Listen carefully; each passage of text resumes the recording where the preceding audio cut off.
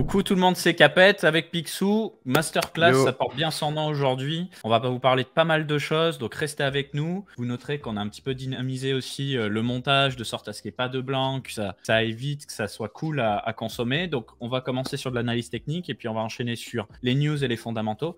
Beaucoup de choses, des choses très intéressantes et variées. Par exemple, on va parler de Polygon 2.0, on va parler aussi d'un espèce de Wikipédia des utilisations de la blockchain. C'est un document qui pourrait être très intéressant si jamais vous voulez le partager à des gens qui ne sont pas très branchés crypto et qui n'en comprennent pas l'utilité. On va faire le point aussi sur l'ETF Bitcoin de BlackRock, sur des nouvelles par rapport à la réglementation, plein de bonnes choses en fait. On va parler aussi de Fonda. Donc franchement, le programme du jour, il est cool. J'espère que ça va vous plaire. On va passer les 6000 abonnés ce soir sur la chaîne YouTube. Si vous ne nous suivez pas encore, n'hésitez pas à le faire. Et toi, Léo, comment tu vas? Je le laisse tousser, il va me répondre. J'ai l'impression qu'on est tous un peu malades. Ouais. Je sais pas, il fait chaud, on met la clim, après on attrape froid alors que c'est l'été, enfin bref, n'importe quoi. Bah écoute, moi ça va, hein, franchement, semaine où j'ai été pas mal impliqué sur les marchés, passé pas mal de choses, on a eu de la volatilité, on a atteint des gros niveaux de support en weekly, notamment sur BTC Ethereum, donc très très cool. On a eu cette histoire aussi d'ETF avec BlackRock qui est aussi assez intéressant, assez surprenant, enfin en tout cas c'est un petit peu sorti de nulle part, donc je m'attendais pas forcément à ça. Et puis voilà quoi, c'est une semaine plutôt intéressante. On a eu d'autres news aussi, je crois, dans la foulée. Tellement dedans que des Franchement, fois, ça a bougé. il y a trop de choses. Bonsoir le chat, bonsoir tout le monde, toujours un plaisir de vous voir. Franchement là, l'émission de ce soir, elle va être sympa. Sur la partie technique, je ne m'avance pas parce qu'on n'a pas fait le point avant avec Léo, il va nous dire, mais sur la partie fonda et news, franchement, beaucoup de bonnes choses, ça fait plaisir. Et j'ai noté aussi plein de projets à suivre. Sachez que nous, on revient de Lisbonne et on a fait pas mal d'interviews, on en a sorti une d'ailleurs avec Comet, on va en sortir sous peu avec The Sandbox et Ariani. À Conix World et puis après on va passer sur de l'anglophone avec Animoca entre autres. Et sachez que à partir de la semaine prochaine, moi je vais attaquer la rédaction et le tournage des vidéos sur les formations Bitcoin et Ethereum. Voilà, et je vais me consacrer aussi au lancement de ma chaîne dédiée à la crypto, en sachant qu'en plus ça tombe bien, vu qu'il y a le Wikipédia des use cases qui vient de sortir là, proposé par Polygon, ça va me servir d'excellent support aussi pour pouvoir peut-être vulgariser certaines utilités de la crypto-monnaie et intéresser à des gens aux crypto-monnaies alors qu'ils n'avaient pas forcément un bon avis sur le sujet. Petite interview aussi de mon côté avec Julien Bouteloup qui a pas mal marché. Franchement, je suis grave content des échos, des retours et tout que j'ai pu avoir. Donc, interview très intéressante où on a parlé ensemble de plein de sujets. Pour en citer quelques-uns, on a parlé de l'Europe versus les US, son bilan du bear market, comment être motivé après avoir make it, levée de fonds, dump sur le retail, vesting, FTX, WorldCoin, enfin plein de trucs. Donc, je vous laisse. T'as dit quoi? De l'IA aussi. Ouais, pas mal d'IA. Donc je vous mets ça dans le chat tout simplement pour ceux que ça intéresse. Coucou tout le monde, c'est Capet avec Picsou. Masterclass, Yo. ça porte bien son nom aujourd'hui. On va vous parler de pas mal de choses, donc restez avec nous. Vous noterez qu'on a un petit peu dynamisé aussi le montage, de sorte à ce qu'il n'y ait pas de blanc, que ça aille vite, que ça soit cool à consommer. Donc on va commencer sur de l'analyse technique et puis on va enchaîner sur les news et les fondamentaux. Beaucoup de choses, des choses très intéressantes et variées. Par exemple, on va parler de Polygon 2.0, on va parler aussi d'un espèce de Wikipédia des utilisations de la blockchain. C'est un document qui pourrait être très intéressant si jamais vous voulez le partager à des gens qui ne sont pas très branchés crypto et qui n'en comprennent pas l'utilité. On va faire le point aussi sur l'ETF Bitcoin de BlackRock, sur des nouvelles par rapport à la réglementation, plein de bonnes choses en fait. On va parler aussi de Fonda. Donc franchement, le programme du jour, il est cool. J'espère que ça va vous plaire. On va passer les 6000 abonnés ce soir sur la chaîne YouTube. Si vous ne nous suivez pas encore, n'hésitez pas à le faire. Et toi, Léo, comment tu vas? Je le laisse tousser, il va me répondre. J'ai l'impression qu'on est tous un peu malades. Ouais. Je sais pas, il fait chaud, on met la clim, après on attrape froid alors que c'est l'été, enfin bref, n'importe quoi. Bah écoute, moi ça va, hein, franchement, semaine où j'ai été pas mal impliqué sur les marchés, passé pas mal de choses, on a eu de la volatilité, on a atteint des gros niveaux de support en weekly, notamment sur BTC Ethereum, donc très très cool. On a eu cette histoire aussi d'ETF avec BlackRock qui est aussi assez intéressant, assez surprenant, enfin en tout cas c'est un petit peu sorti de nulle part, donc je m'attendais pas forcément à ça. Et puis voilà quoi, c'est une semaine plutôt intéressante. On a eu d'autres news aussi, je crois, dans la foulée. Tellement dedans que des fois, ça a bougé. il y a trop de choses. Bonsoir le chat, bonsoir tout le monde, toujours un plaisir de vous voir. Franchement là, l'émission de ce soir, elle va être sympa. Sur la partie technique, je ne m'avance pas parce qu'on n'a pas fait le point avant avec Léo, il va nous dire, mais sur la partie fonda et news, franchement, beaucoup de bonnes choses, ça fait plaisir. Et j'ai noté aussi plein de projets à suivre. Sachez que nous, on revient de Lisbonne et on a fait pas mal d'interviews, on en a sorti une d'ailleurs avec Comet, on va en sortir sous peu avec The Sandbox et Ariani. À Conix World, et puis après on va passer sur de l'anglophone avec Animoca entre autres. Et sachez que à partir de la semaine prochaine, moi je vais attaquer la rédaction et le tournage des vidéos sur les formations Bitcoin et Ethereum. Voilà, et je vais me consacrer aussi au lancement de ma chaîne dédiée à la crypto, en sachant qu'en plus ça tombe bien, vu qu'il y a le Wikipédia des use cases qui viennent de sortir là, proposé par Polygon, ça va me servir d'excellent support aussi pour pouvoir peut-être vulgariser certaines utilités de la crypto-monnaie et intéresser à des gens aux crypto-monnaies alors qu'ils n'avaient pas forcément un bon avis sur le sujet. Petite interview aussi de mon côté avec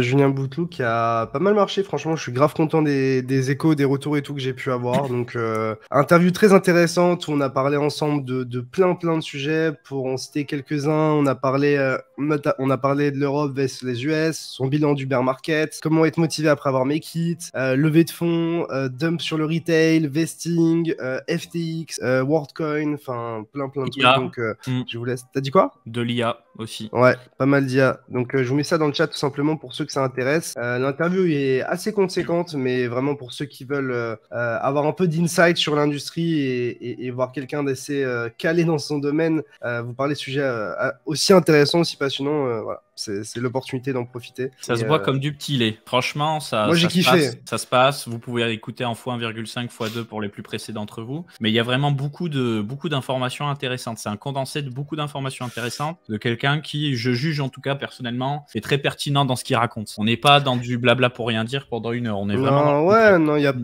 a pas vraiment de langue de bois. Je pense qu'il a répondu de manière assez frontale et honnête sur tous les sujets. Après, évidemment, il y a des sujets sur lesquels il s'étend pas autant que moi j'aimerais, mais après, il faut garder aussi une part de mystère et qu'il a aussi des sociétés, des entreprises, donc il peut pas forcément tout dire. Mais en tout cas, beaucoup de choses qui ont été lâchées, donc très cool. Et c'est ce que j'expliquais à un pote. Moi, ce genre d'interview, même si j'avais pas de chaîne YouTube, ça tenait qu'à moi, je l'aurais fait pour moi parce que Julien, c'est un mec qui est assez smart et qui est très bien connecté à l'écosystème et qui, au-delà de ça, a beaucoup de connaissances techniques, a contribué à beaucoup de briques de l'écosystème. Donc, toujours un plaisir de pouvoir discuter avec lui. Je vois que ça parle des histoires avec High Stake Capital, etc. En gros, pour vous donner un petit contexte, il y a un moment dans l'interview où je parle du risk management, notamment avec Julien, parce qu'il expliquait que pour lui, c'était hyper important. Et j'expliquais que certains avaient un risk management qui était ultra agressif, qu'il y avait des gens qui, par exemple, se permettaient de, sur un trade, mettre 60% de leur capital de trading à risque ou ce genre de choses. Et justement, je citais High Stake Capital par rapport à ça. Et à un moment, j'ai même dit son risk management, c'est le néant. Sauf que j'ai pas pu développer tout à fait ma pensée pendant cette interview, ce que j'ai fait à de nombreuses reprises en stream, en vidéo, etc. Et forcément, c'est monté au créneau sur Twitter. Donc, juste pour redonner un petit peu de contexte, moi, j'ai... Bon, je vais donner le contexte parce qu'il a perdu Internet. Non, il allait dire, moi, j'ai rien contre lui. Qu'est-ce qu'il y a de se passer? Léo. Toi, tu as rien contre High Stake. Ça s'est coupé à ce moment-là, gros. Non, mais... C'est les Illuminati qui t'empêchent de développer. On m'a empêché de développer. Non, mais ce que je disais, c'est que j'ai rien spécifiquement contre High Stake, dans le sens où moi, je le connais. On a passé quelque chose comme une semaine et demie en vacances, au moment d'une conférence, je crois que c'est il y a 1 an et demi, etc. Donc, je vois qui c'est, je le connais bien, je l'ai côtoyé, je vois sa manière de trader. Je dis juste que je pense que sa manière de trader est vraiment propre à lui, et je suis très content que ça ait bien marché pour lui et qu'il ait réussi à performer, et probablement mieux performer que la majorité des gens qui sont dans ce chat ou même moi-même. Mais juste que voilà, c'est un risk management qui pour moi sort du commun, qui est hors norme, et qui, s'il était appliqué par la majorité des gens, ces gens-là se retrouveraient probablement broke ou ne l'appliqueraient pas forcément comme lui il l'applique. Donc ce que je veux dire par là, c'est que pour moi, il prend bien plus de risques et il s'expose à bien plus de risques que moi je peux prendre. Et après, c'est deux écoles, c'est deux manières de faire. Mais en tout cas, ravi de voir que certaines personnes le prennent à cœur. Tout à fait. Et de toute façon, c'est dans son pseudo. High Stake, gros enjeu, mais c'est clair. C'est important de le préciser. Nous, on l'a vu. Il est super sympa. Je veux dire, c'est vraiment un mec super sympa. Et le mot, c'est de dire que c'est vraiment quelqu'un qui prend des décisions très couillues dans des timings très spécifiques, et que...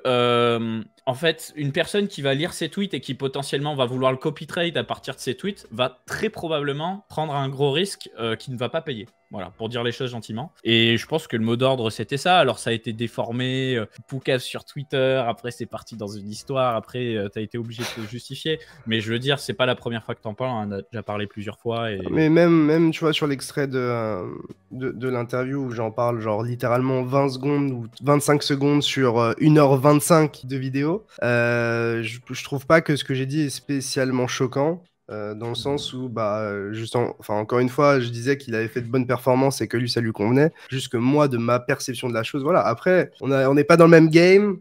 Peut-être qu'on n'est pas au même niveau de connaissances ou d'expérience, ou même de gestion de bankroll. Donc voilà, mais je me suis permis de quand même faire un petit retour et donner un peu plus d'informations sur ça, parce que je voyais que la question était posée dans le chat et comme vous le savez, j'aime bien répondre aux gens. J'évite le fait qu'on parle sur mon dos et que moi je réponde pas en mode justement parce que j'ai pas envie d'y répondre. Enfin, moi j'ai aucun souci avec ça, s'il y a un problème j'y réponds et en tout cas s'il y a des questions j'y réponds, donc voilà. On nous pose la question pourquoi en live à 19h maintenant. Alors pour plusieurs raisons. La première évidemment c'est que ça nous permet peut-être de toucher plus de monde parce que c'est plus tôt. Nous ça nous permet aussi de profiter un petit peu de notre dimanche soir si y a un truc à la télé ou qu'on doit partir en soirée avec des collègues ou juste qu'on veut se reposer pour pouvoir réattaquer le taf à partir de lundi. Et puis aussi, avant, vous saviez, il y avait un peu cette routine de journal du coin qui faisait ça en fin d'après-midi. Puis vers le coup des 19h, c'était Asher qui faisait un live. Et après, c'était nous. Et comme ça, on se marchait pas les uns sur les autres. Vous pouviez enchaîner les lives. Le truc, c'est qu'aujourd'hui, Asher, il live plus tard, en général. Bon, là, cette semaine, il live pas. Donc, du coup, on a essayé aussi de se resynchroniser comme ça pour pas faire les lives en même temps. Donc, 19h. Parce qu'on sait qu'il y a des overlaps dans les audiences, dans le sens où il y a une partie d'entre vous qui regarde Asher. Il y a peut-être des gens qui regardent Asher, qui nous regardent nous aussi, etc. Et l'objectif, c'est que tout le monde puisse avoir son créneau et qu'on se marche pas dessus. Enfin, ça n'a aucun intérêt de streamer en dessous juste pour vouloir streamer en même temps, quoi. Ça n'a pas de sens. Donc, on va attendre encore 2-3 minutes. On n'a pas eu l'occasion de dire bonjour à tout le monde, donc j'en profite. Yo Agimi BTC, AK Carbo, Rose91, Sakazer, Alchimist Crypto, MacBright, Bullet06, Jaja, Guigui du Forum, le Ref, le Big 22, la Gogoon, Saucisson V54, Scalou 111, X-Space. Question pour le chat. Question pour le chat. Vous suivez les émissions Masterclass depuis combien de temps, vous direz, en sachant que nous on les fait depuis un petit peu plus de 2 ans. Ça fait combien de temps? Vous découvrez depuis quelques semaines? Ça fait des mois? Ça fait 1 an? Très sympa de le savoir. Ah ouais, on fait depuis 2 ans. Il y en a un, ça fait 3 ans qu'il les suit. Toi, t'es un vrai Renault Espace. 6 ans. Depuis la 6 première. ans, Django. C'est une dinguerie quand même. Bah franchement, ça fait plaisir de fou. Hein. 10 ans, ouais, 10 ans les gars. C'est un peu le rendez-vous. T'as pris de la masse musculaire, ça commence. Mais tranquillement les gars. Ouais, bah franchement, ça fait plaisir de fou. En sachant qu'on sait que le marché n'est pas totalement évident. Mais j'en ai parlé dans une émission précédente. Pour ceux qui sont plus branchés Fondac Trading. Moi, j'ai une nouvelle routine où en fait, au lieu de suivre des projets, je les balance dans une liste sur Twitter. Et après, je retape dans ma liste quand je suis en live avec vous. Et bah depuis que je fais ça, je prends beaucoup plus de plaisir à remanger de la crypto. Ce que je veux dire par là, c'est que vous savez, tous ces projets-là, ils font du community management, donc ils vont faire du shitposting, des mèmes, des concours, des machins. Et ça, juste de devoir trier ça dans mon flux d'actualité Twitter, moi, ça me fatigue en fait. Donc le fait de simplement les avoir dans des listes, savoir qu'ils existent et aller sur le site, lire le white paper et tout, ça va beaucoup mieux pour moi. Et après, je me concentre sur des médias ou sur des créateurs de contenu qui vont vraiment synthétiser l'information. Par exemple, Picsou, ça va être quelqu'un qui va vachement synthétiser l'information vis-à-vis du trading. Il va partager sa vision du marché et de manière globale, voilà, il va pas parler pour rien dire toutes les 15 minutes, il va balancer une charte, une vision, point. Et moi, ça me va très bien. Parce que le problème, c'est que si tout le monde se met à cheat post, tu passes ta vie à scroll, quoi. Tu passes ta vie à scroll et on n'a pas le temps. On est trop vieux pour ces bêtises. Voilà, je vous invite à faire la même chose en tout cas. Est-ce qu'on commencerait pas avec la partie fonda? J'aime bien le fait qu'on change un petit peu. On peut. J'ai pas de souci avec ça, au contraire. Et on va commencer sur la partie actu. On est sur ton écran. Mon écran. Parfait. Ouais. Alors la news de la semaine, c'est ça. C'est BlackRock qui va lancer un ETF Bitcoin. Alors attention, on n'a pas encore toutes les informations à notre disposition, mais ce qu'on sait, c'est que ce serait un ETF qui n'a pas tout à fait la substance d'un ETF. Ce que je veux dire par là, c'est que normalement, un ETF, il doit vraiment répliquer bête et méchant le prix de l'actif sous-jacent, en l'occurrence le Bitcoin. Là, il se pourrait qu'on retrouve un peu les travers du GBTC de Grayscale. Alors, en gros, ce serait des Bitcoin papier, un produit dérivé de Bitcoin, backé par des vrais Bitcoins, qui sont custody par Coinbase. Peut-être qu'il y aura un delta au niveau du prix, ça on le verra. En tout cas, ce qui est intéressant là-dedans, c'est que déjà d'une part, bon, bah, c'est BlackRock. Alors pour ceux qui ne connaissent pas BlackRock, c'est le plus gros fonds d'investissement du monde en termes d'actifs sous gestion, avec quasiment 10 000 milliards de dollars sous gestion. C'est une boîte qui existe depuis un peu plus de 30 ans, je crois, mais qui a commencé à vraiment décoller après la crise de 2008. En fait, c'est une boîte le marché, c'est eux. C'est-à-dire s'il y a un produit financier qui existe, ils ont des billes dedans. Ils sont investisseurs dans quasiment tout le CAC 40, tout le S&P 500. En fait, toutes les boîtes qui ont un peu de capitalisation, ils ont des billes dedans. Et ils ont même des billes dans des boîtes qui vont faire de la crypto, comme MicroStrategy, par exemple, pour la partie mining de Bitcoin. Le capitalisme, c'est eux. Et à chaque fois que vous regardez une grosse entreprise, je vais prendre l'exemple de Michelin, par exemple, parce que moi, je suis de Vert-Clermont de base. Michelin, actionnaire majoritaire, c'est BlackRock. Ils ont des billes absolument partout. Et du coup, bah, ça fait que savoir qu'un acteur comme BlackRock arrive sur le marché avec un projet comme celui-là, déjà, ça va faire venir beaucoup d'institutionnels. Alors, il y a du bon et il y a du moins bon. Est-ce que c'est pour nous shorter la gueule? Bah, il y a ça, mais le problème, c'est que même s'il y a des bitcoins en sous-jacent, on sort du bitcoin, tu vois, on est sur du produit dérivé, donc on revient sur de la finance traditionnelle, même si ça porte le nom du bitcoin. Moi, c'est ça qui me dérange un petit peu. Par contre, effectivement, bah, ça crédibilise à fond et ça force aussi un peu les régulateurs aussi à prendre le sujet des crypto-monnaies encore plus au sérieux, parce que là, on peut pas passer à côté de BlackRock, quoi. Là, c'est vraiment du très très lourd. Donc, on a un article dédié sur le sujet que je vous mets en description, bien entendu. Il n'y a pas une histoire comme quoi, dans les 30 dernières années, ils ont eu qu'un ETF qui a été refusé ou un truc comme ça? J'ai vu passer ça sur Twitter. En tout cas, je crois dans les ETF qu'ils ont voulu lancer, je n'ai pas la fourchette de date, hein, mais en tout cas, apparemment, il n'y en a qu'un qui leur a été refusé. Donc, ce qu'il faut comprendre, c'est que quand BlackRock, ils veulent lancer un ETF et qu'ils vont voir la SEC, c'est qu'ils savent qu'ils peuvent le lancer, quoi. C'est qu'il n'y a pas trop de doute dans le fait qu'ils vont réussir, je pense. Et en vrai, voilà, même si c'est pas forcément l'acteur qu'on a envie de voir, au final, si ça permet d'ouvrir cette porte et de permettre l'accélération de création de nouveaux ETF, etc., ou même, voilà, comme tu disais, la prise un peu plus au sérieux de l'industrie, ça peut être quelque chose de positif. Quels impacts long terme ça va avoir sur les cryptos? Personnellement, j'en ai aucune idée. Mais ce que je peux dire, c'est que quand tu as un aussi gros acteur qui veut se positionner sur le marché, en général, tu regardes, t'écoutes, et surtout, je pense que voilà, ils peuvent aller voir le petit gangster et lui dire bon, mon ref, c'est bien, t'as une petite vendetta contre Binance, contre Coinbase, tout ça, mais tu nous fais passer le TF, tu ne casses pas les couilles, quoi. Ouais. Après, c'est Bitcoin, c'est pas. Oui, voilà, mais moi, je pense que voilà, s'ils essayent de se lancer de cette manière-là, vu le nombre d'avocats, d'experts, tout ça, j'ai du mal à croire qu'ils vont échouer, quoi. Si BlackRock échoue, vraiment, je sais pas ce qu'on doit faire. Comme dit dans le chat, ça ressemble plus à un trust qu'un ETF, mais bon. Ouais. Alors, on va enchaîner pas mal les news. Franchement, les news de cette semaine, je les trouve. On va commencer avec Polygon qui dévoile Polygon 2.0. Alors, moi, j'ai trouvé ça très intéressant. Il faut savoir que Polygon, je le connais pas en long, en large, en travers. Je connais très bien, mais je suis toujours surpris au niveau de la vision à quel point ils comprennent bien les choses, et visiblement là ils sont dans une rotation en mode layer 2 pur et dur, mais ils font un peu peur là. Non, on va en parler.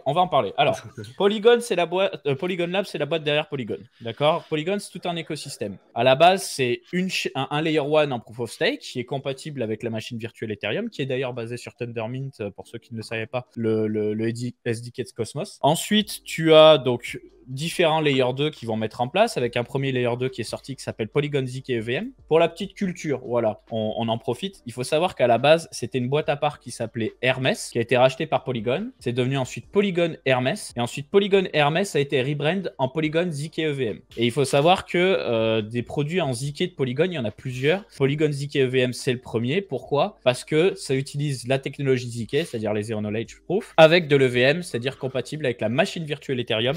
Le but étant d'avoir une surcouche d'Ethereum compatible avec les applications Ethereum. Et donc, ce qu'on apprend, ce layer 2 précisément, le gas token pour payer les frais de transaction, ce ne sera pas le Matic, ce sera l'Ethereum. Et là, c'était ce que disait juste avant Pixou. Comment ça, mon ref? Le Matic, là, il perd un peu son intérêt. Il faut savoir qu'en gros, on va avoir plein de nouvelles ces prochaines semaines vis-à-vis de l'écosystème Polygon, et que justement la nouvelle tokenomique du jeton, excusez-moi, 10 juillet. Ça. La nouvelle tokenomique, c'est pour le 10 juillet. Qu'est-ce qu'on a avant? Donc déjà, à partir de la semaine prochaine, on va savoir ce qu'il en est du Layer 1 Polygon POS, donc la sidechain. Ensuite, des nouvelles au niveau de l'infra et après des nouvelles au niveau de la gouvernance plus tard. Moi, je pense que dans tous les cas, le Matic va servir à faire voter de la gouvernance sur l'écosystème en général. On sait aussi qu'ils ont des produits de type Supernet, Polygon Supernet.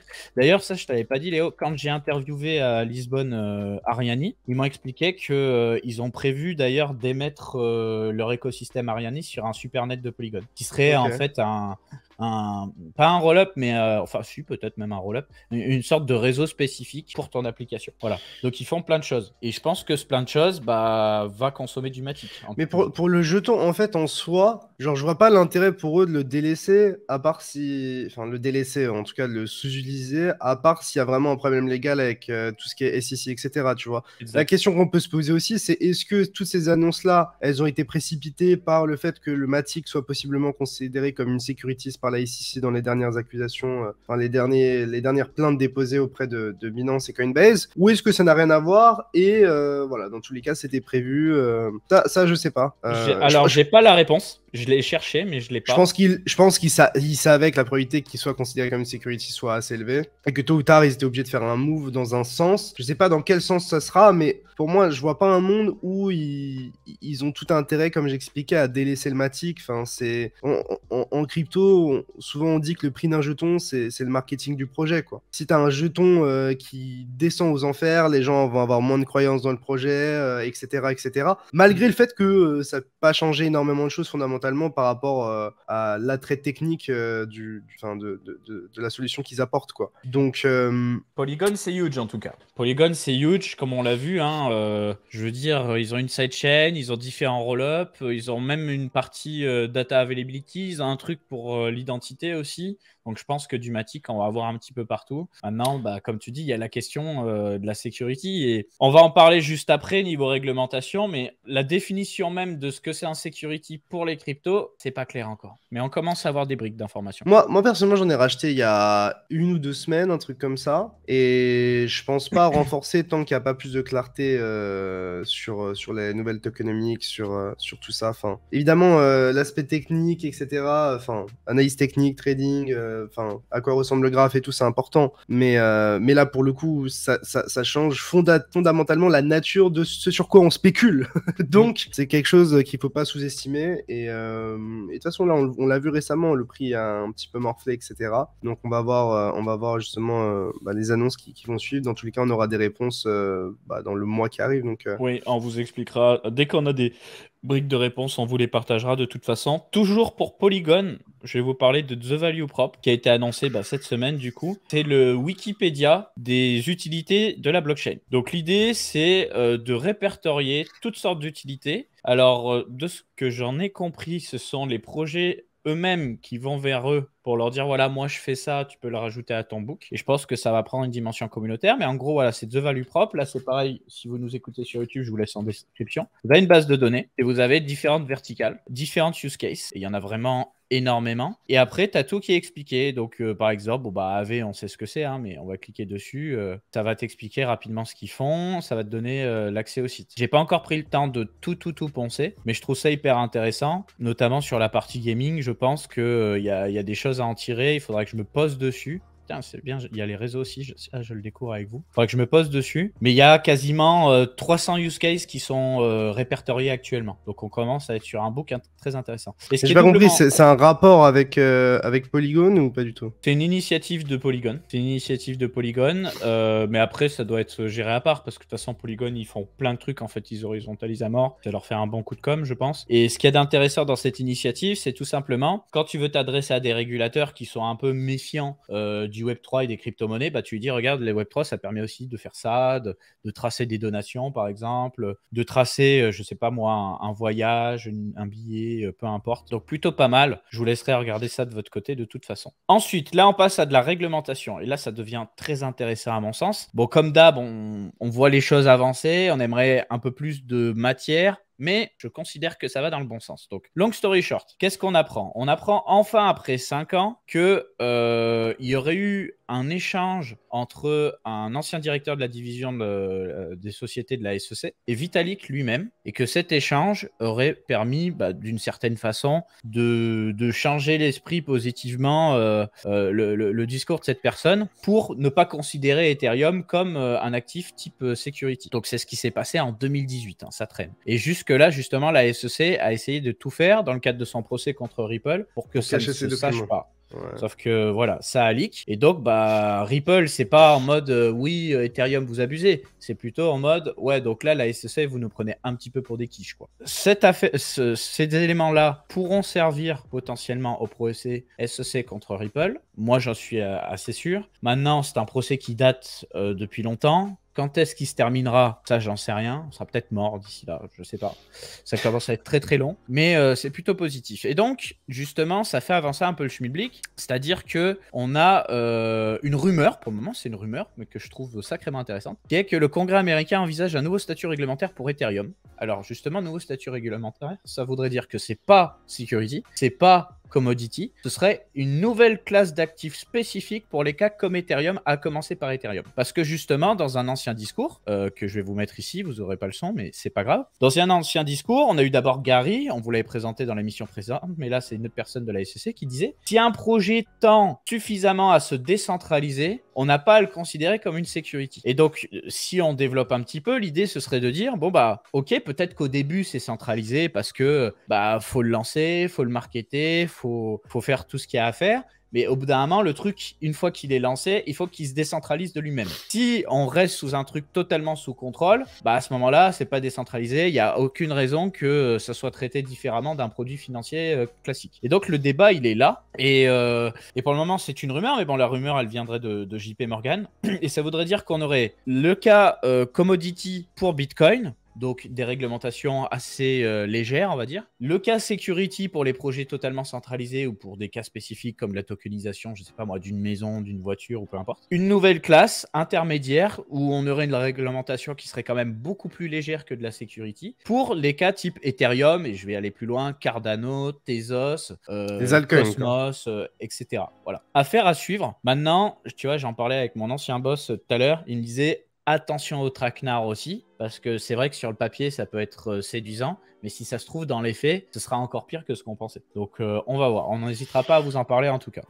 En fait, le gros problème actuellement, c'est que, en fait, si les altcoins sont des securities, elles doivent s'enregistrer auprès de la SEC, blablabla. Ça, c'est le premier point. Et le deuxième point, c'est surtout qu'actuellement, il n'y a aucune plateforme de trading crypto qui te permettent, enfin, qui sont autorisées légalement à lister des securities. En tout cas, pour la partie US, quoi. Donc, je sais que Brian Armstrong de Coinbase, donc le CEO de Coinbase, disait que eux, ils avaient la licence pour permettre du trading de securities, etc.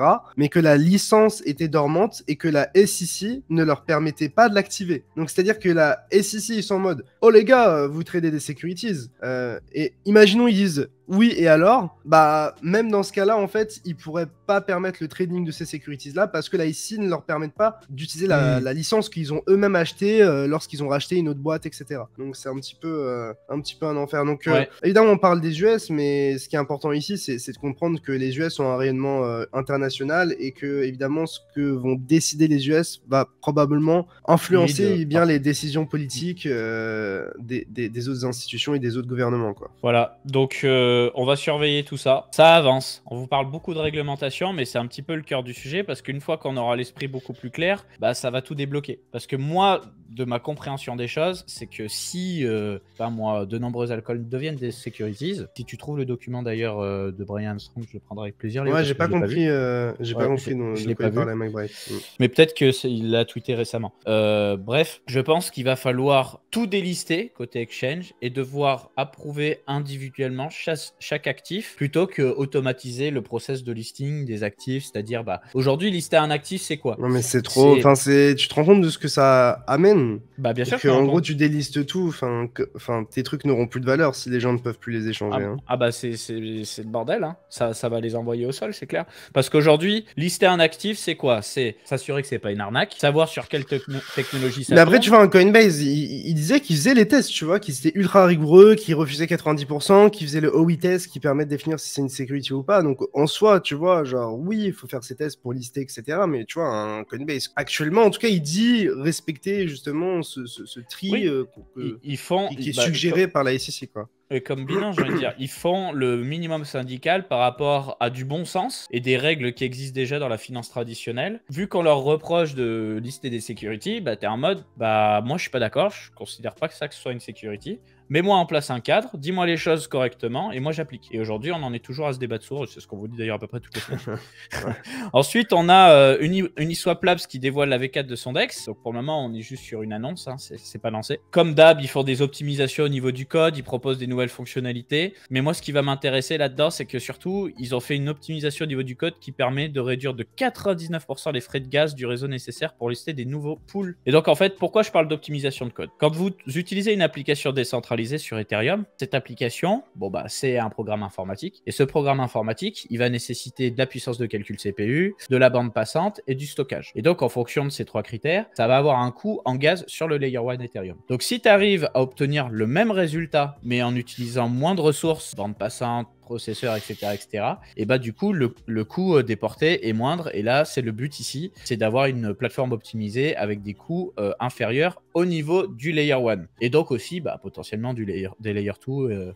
Voilà, donc pour le moment on est sur une annonce, ils nous ont expliqué ce qu'il y avait dedans et surtout ils recueillent beaucoup de commentaires de la part de la communauté pour savoir bah, s'il y a des choses à faire en particulier, donc affaire à suivre. Il faut savoir cependant que comme pour la V3, ce sera déployé sous une certaine licence qui fait que les autres projets dans un premier temps ne pourront pas copier-coller bête et méchant le code d'Uniswap pour en faire des forks. Il va y avoir une sorte d'exclusivité sur leurs optimisations et leurs nouvelles fonctionnalités dans un temps 1, et c'est seulement dans un temps 2, quand ce sera débloqué, que les gens pourront copier, comme ça avait été le cas avec Uniswap V3. C'est beaucoup plus tard que PancakeSwap s'est mis à jour pour s'adapter. J'ai envie qu'on parle de ça. Alors beaucoup de FUD par rapport à ça. Binance France, sous le coup d'une enquête en France pour non-conformité réglementaire. L'information, elle est partie dans tous les sens. Je vais faire une interview d'ailleurs avec eux, et ils m'ont dit normalement que l'interview serait bon, ça pourrait être fait. Il n'y a pas eu de report effectué vis-à-vis de cette news spécifique, en tout cas actuellement. Donc je devrais avoir une interview de Binance France, en tout cas du CEO de Binance France, incessamment sous peu, donc je tiendrai au courant sur ce sujet-là. Je laisse reprendre, désolé. Pas de problème. Et donc en fait, en gros, on parle de perquisition, de blanchiment aggravé, machin. Bref, on va faire très très court. Ils ont une petite visite, comme ça arrive très souvent dans plein de grosses boîtes en France. Hein. Moi, je l'ai vécu, hein, donc je sais ce que c'est. Tu vas te faire interroger, potentiellement ils vont te demander de dumper des trucs sur des disques durs, des bases de données, etc. pour savoir si tes paroles sont en phase avec les écritures informatiques, on va dire. Et puis voilà, en fait. Et donc, ça a été un grand bordel pour au final dire que Binance aurait outrepassé ses droits en France au niveau du PSAN, au niveau de la clientèle française. Mais bon, jusqu'à preuve du contraire, on est sur une enquête. Et des enquêtes, il y en a plein pour plein de choses, mais il n'y a rien d'acté. Donc, beaucoup de bruit, beaucoup de bordel pour, encore une fois, essayer de tomber sur Binance facilement. Mais dans les faits, rien de spécifique. Parler de blanchiment aggravé, tu vois, par exemple, c'est leur dire ouais, t'as pas fait la KYC correctement. Mais on n'a pas plus d'informations que ça en fait sur toutes ces accusations. C'est-à-dire on a des grands titres, etc. Et en plus de ça, je crois que il n'y a pas une histoire de cette affaire.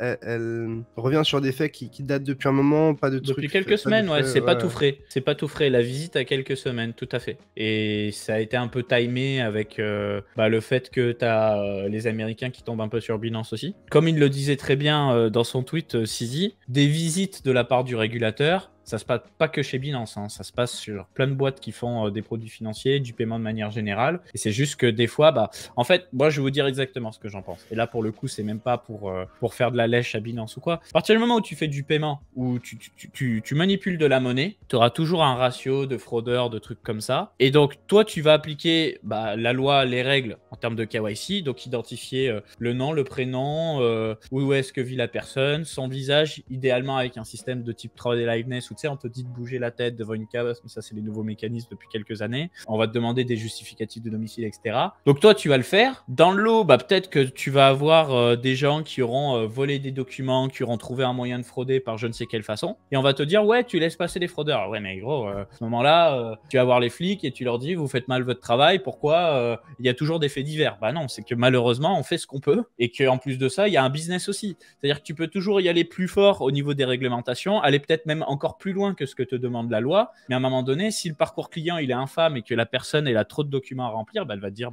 moi je me casse, je vais aller chez ton copain qui me demande beaucoup moins de documents. Moi je suis pas un fraudeur et juste ça m'énerve. Donc ça il faut bien le garder en tête. Tu voulais dire quelque chose? Ouais, je voulais rebondir sur cette affaire avec Binance France. Moi personnellement j'attends plus d'informations pour m'exprimer. Et ce que je disais dans le doute sur Twitter, c'est quelqu'un qui me disait mais les gars qu'est-ce qu'on fait? On laisse nos fonds sur la plateforme, peu importe. Écoutez, moi c'est pas à moi de prendre les décisions pour vous, c'est à vous de prendre de manière responsable ces décisions-là. Il y a une histoire de geler des fonds sur Binance US, je crois que pour le coup c'est plus de l'ordre du jour, enfin, c'est plus d'actualité, hein, voilà. Mais ce que je veux dire par là, c'est que s'il y a un monde où vous avez pas mal de fonds sur Binance et que le fait de ne pas y accéder peut vous foutre dans la merde, ne restez pas dans cette situation-là. Je dis pas que il y aura un souci avec Binance, je suis loin de dire ça. Juste, je dis que par précaution, si jamais vous avez un doute ou que, par exemple, votre situation financière pourrait être largement impactée si, j'en sais rien, Binance coupait l'accès aux fonds en France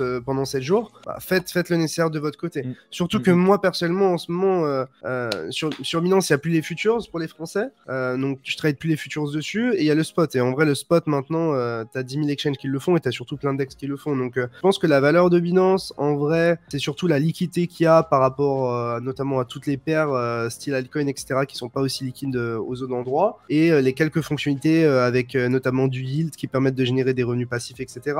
Mais si c'est pas des choses dont vous avez besoin, je pense que le mieux c'est de mettre vos fonds à l'abri et d'attendre de voir comment la situation se tasse. Et je vous parle d'expérience de quelqu'un qui a perdu des fonds sur FTX. Je dis pas qu'il y aura la même chose. Je pense qu'on est loin d'arriver à cette situation-là. Très très très très loin. Mais dans le doute. Voilà, s'il y a 5% de chance, et je dis pas qu'il y a 5% de chance, mais s'il y avait que 5% de chance, est-ce que tu as envie de risquer ton fric ou pas? Alors que ça va te coûter une transaction sur un ledger ou autre, voilà. Si on n'a pas de ledger, en vrai, si t'as pas de ledger, je pense que en vrai, ça vaut le coup d'en acheter un.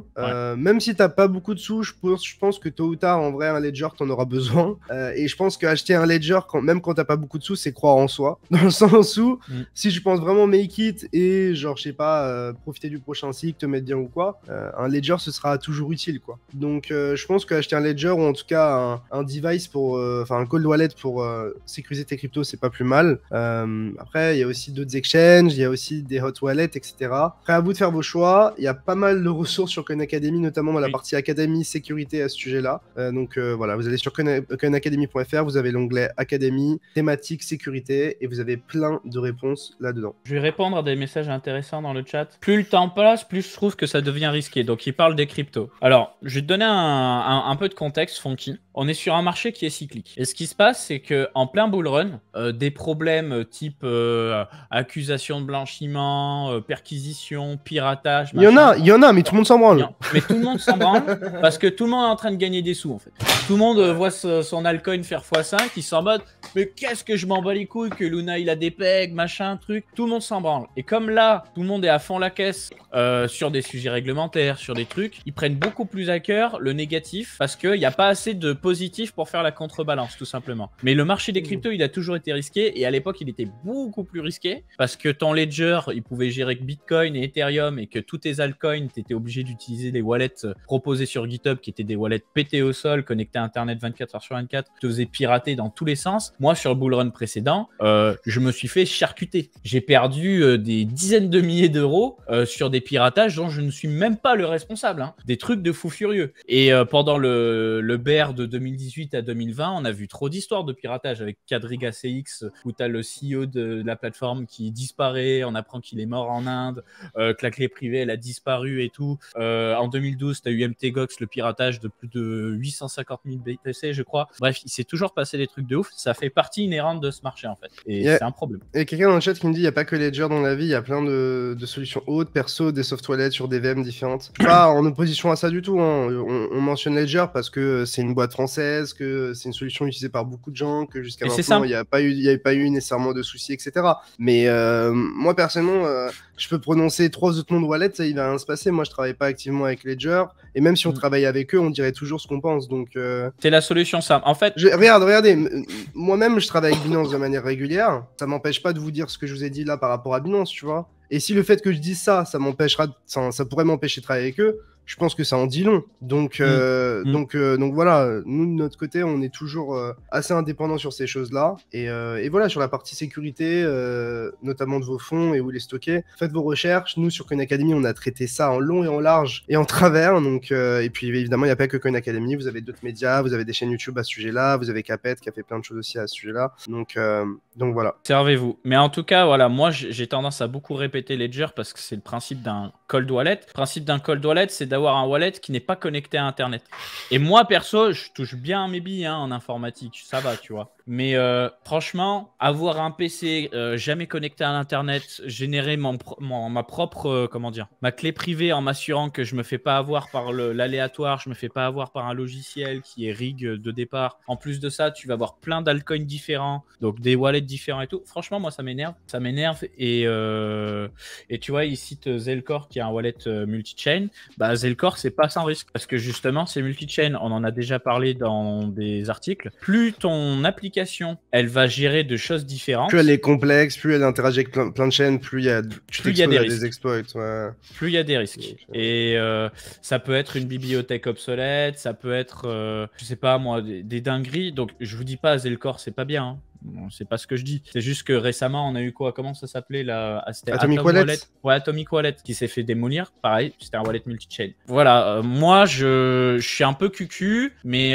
la confiance que je vais placer, je vais la placer dans Ledger parce que jusqu'à présent, il n'y a jamais eu de piratage matériel et qu'ils sont spécialisés là-dedans et que la génération des clés privées, voilà.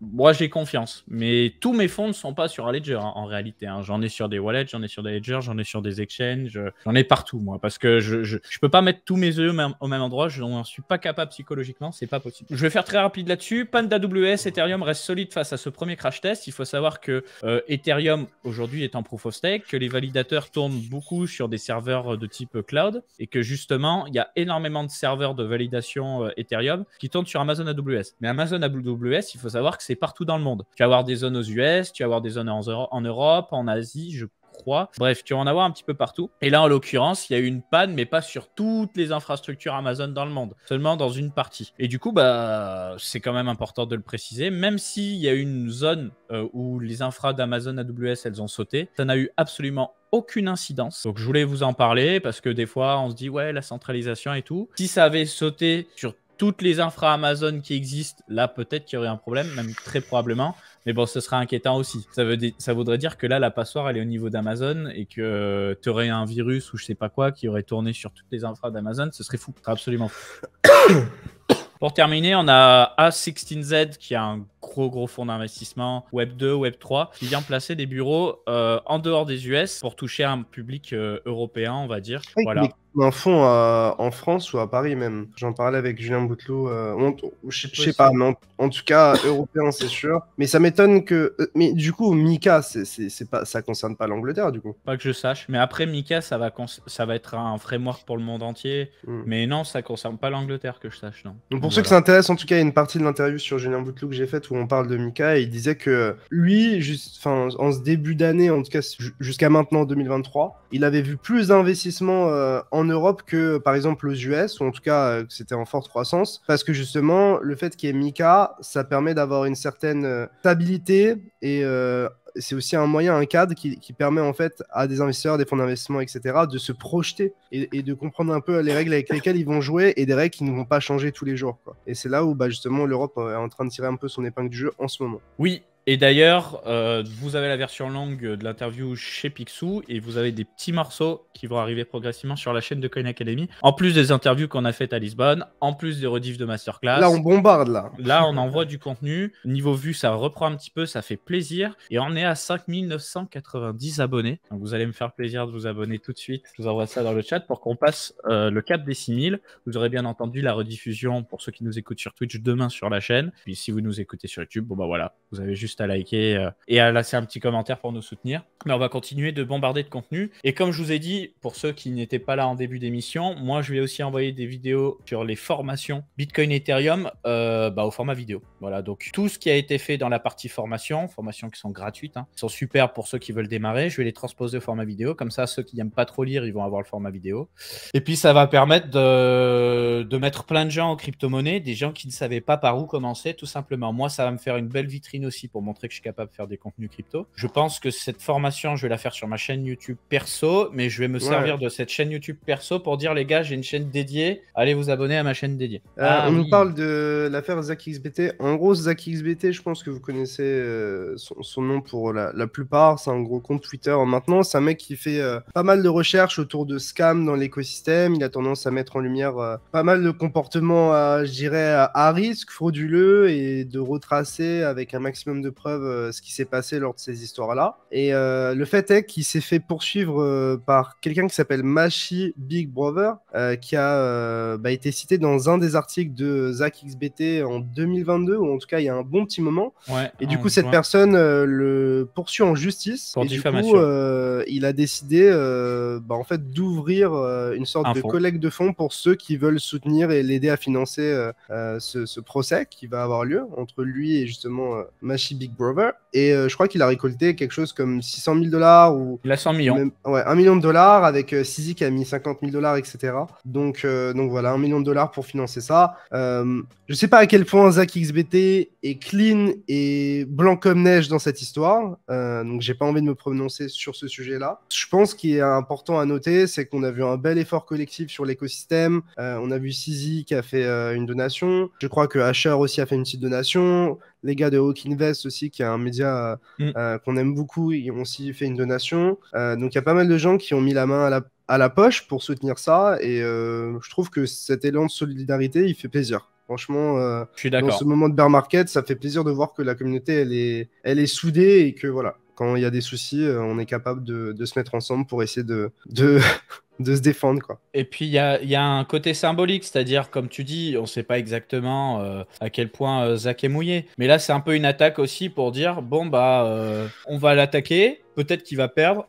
Et peut-être qu'il va arrêter de dénoncer des gens qui font des arnaques toute la journée, tu vois. Alors que Zach, franchement, il fait vachement de bien à l'écosystème, parce qu'il dénonce vraiment des gens qui sont malsains, avec preuve à l'appui. Après, attention, parce que des fois, et, tu vois, genre en voulant faire le bien et tout, tu peux te retrouver à, comment dire, analyser un petit peu certaines situations en surface. Et en fait, le problème, c'est que dès qu'il y a un problème et que, par exemple, imaginons ton nom est cité, direct, t'es un méga scammer, alors que... cancel, ouais. Je dis pas que c'est pas forcément le cas, mais je dis juste que faut faire attention quand on donne autant de poids à quelqu'un. Et c'est un petit peu ce qui se passe, c'est que tout le monde est en mode ZachXBT, c'est notre reporter sans frontières, notre gars qui analyse toutes les situations un petit peu pénibles. Donc évidemment, c'est cool, je salue le boulot, mais juste, encore une fois, quand on met beaucoup de poids dans la parole de quelqu'un, ça amène des risques. Et donc je vous amène évidemment à remettre en question un petit peu ce qu'il fait, le challenger lorsque vous voyez des tweets qui passent, etc. Non pas que ce qu'il dit est faux, voilà. Vous aurez compris l'idée. Pas avaler bête et méchant. Tout à fait, tout à fait. On vous a sorti aussi un petit, pas un top 5, mais un article qui résume 5 projets qui mélangent crypto et intelligence artificielle. Pour ceux que ça intéresse, on les a pas tous cités. Il y en a évidemment beaucoup plus que 5. On a choisi le timing. Tu vois, on a publié une vidéo où tu avais Julien Bouteloup qui disait 99% des projets IA, ça risque d'être de la merde. Derrière, je vous envoie un petit article sur le sujet. Enfin, l'IA et de la crypto, c'est du bullshit. C'est un petit peu le sujet de la conversation. On a publié une vidéo sur YouTube avec un extrait de l'interview à ce sujet-là. Donc voilà, si vous voulez checker, c'est sur la chaîne YouTube de Coin Academy. On a sorti des nouveaux contenus sur l'académie aussi, pour apprendre à buy simplement des jetons bêtes et méchants pour ceux qui veulent s'y mettre. Comment créer une DAO aussi. Voilà, où on a cité plusieurs chaînes, plusieurs applications décentralisées qui permettent rapidement de lancer une DAO, avec bien entendu les éléments essentiels pour qu'une DAO soit réussie. Donc voilà, on continue d'alimenter l'académie. Toujours du contenu, toujours des news, faites-vous plaisir. On continue d'alimenter les airdrops. D'ailleurs, je le dis à chaque fois, je vais le faire, mais c'est vrai, je vais le faire. Hein. On va se faire une session, un de ces 4, où je vais créer des wallet burners et on va farm tous les airdrops.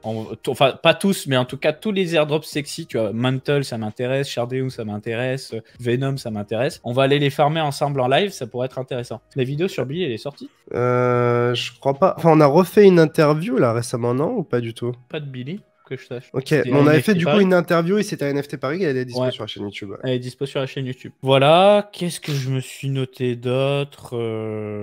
C'est moins intéressant après. S'il y a un reporting Metaverse qui a été envoyé par Cointelegraph, qui est sacrément dodu, hein. Faut aimer lire. Hein. Il est très visuel, tu vois, il y a de la page. Hein. Il y a 84 pages de reporting où il faut un petit peu l'étendue du marché Metaverse. Je l'ai lu en diagonale, il y a beaucoup de données intéressantes. Mais moi, ce qui me dérange dans ce type de reporting, thing, c'est qu'en fait, le marché Metaverse Web 3, il est tellement early qu'en gros, tu as The Sandbox. On va te parler de Roblox pour la partie Web 2. Est-ce Et que, après, est-ce que ce seront les mecs de demain, quoi? Est-ce qu'ils existeront encore dans 5 ans, tu vois? Ça, je sais pas. bah, The Sandbox, je pense qu'ils sont bien partis pour, mais c'est juste qu'après, ils vont te citer d'autres projets, histoire de remplir le document, mais t'es en mode, frérot, ça casse pas trop Aujourd'hui, il n'y a pas pattes, quoi, hein. grand-chose. Ça casse vraiment pas trop pattes. En tout cas, ouais, je lis en diagonale, je vous le laisserai en description sur YouTube pour les intéresser, je vous envoie dans le chat pour ceux qui veulent lire, mais pas ouf. Voilà, on va se concentrer, nous, sur justement ma liste des projets à Dig, liste que je vous laisserai aussi en description, où ça se remplit, il y a plein de projets, que ce soit des projets gaming, des projets de roll-up, des protocoles, etc.